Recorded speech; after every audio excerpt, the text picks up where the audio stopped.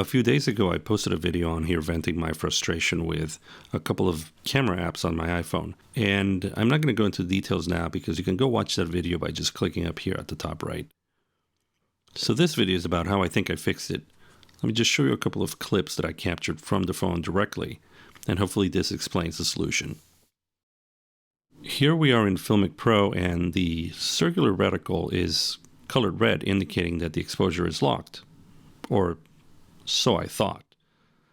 So I never tapped on that circle. The way that got into that color mode is because I changed the ISO and the shutter settings directly, and it automatically turned red.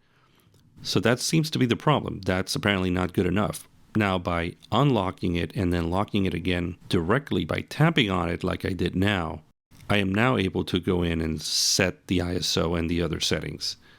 And now it holds.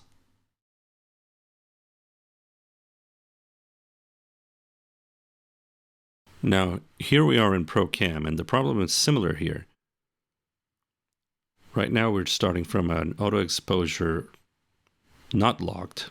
As you can see at the bottom right, it says AE in yellow.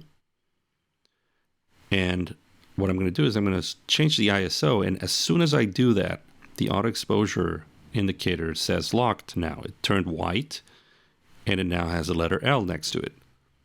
So again, I assumed that it was locked automatically, that the camera detected that by changing it manually, I wanted to lock it. And it seemed to confirm it by changing that icon there. However, as you can see here, the colors are really getting darker when I tilt down.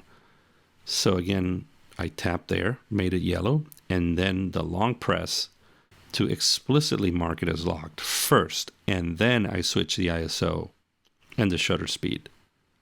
And now it seems to hold. So interesting. Similar in both apps.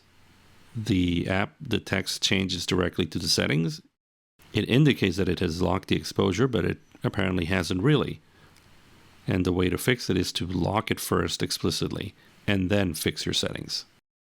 Well, I hope this has been helpful to you, hopefully also for the developers.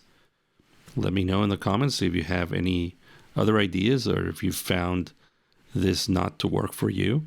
And I'm hoping that the future version of both these apps will appropriately lock it when you change the settings and you don't have to go through this extra step. Thanks for tuning in.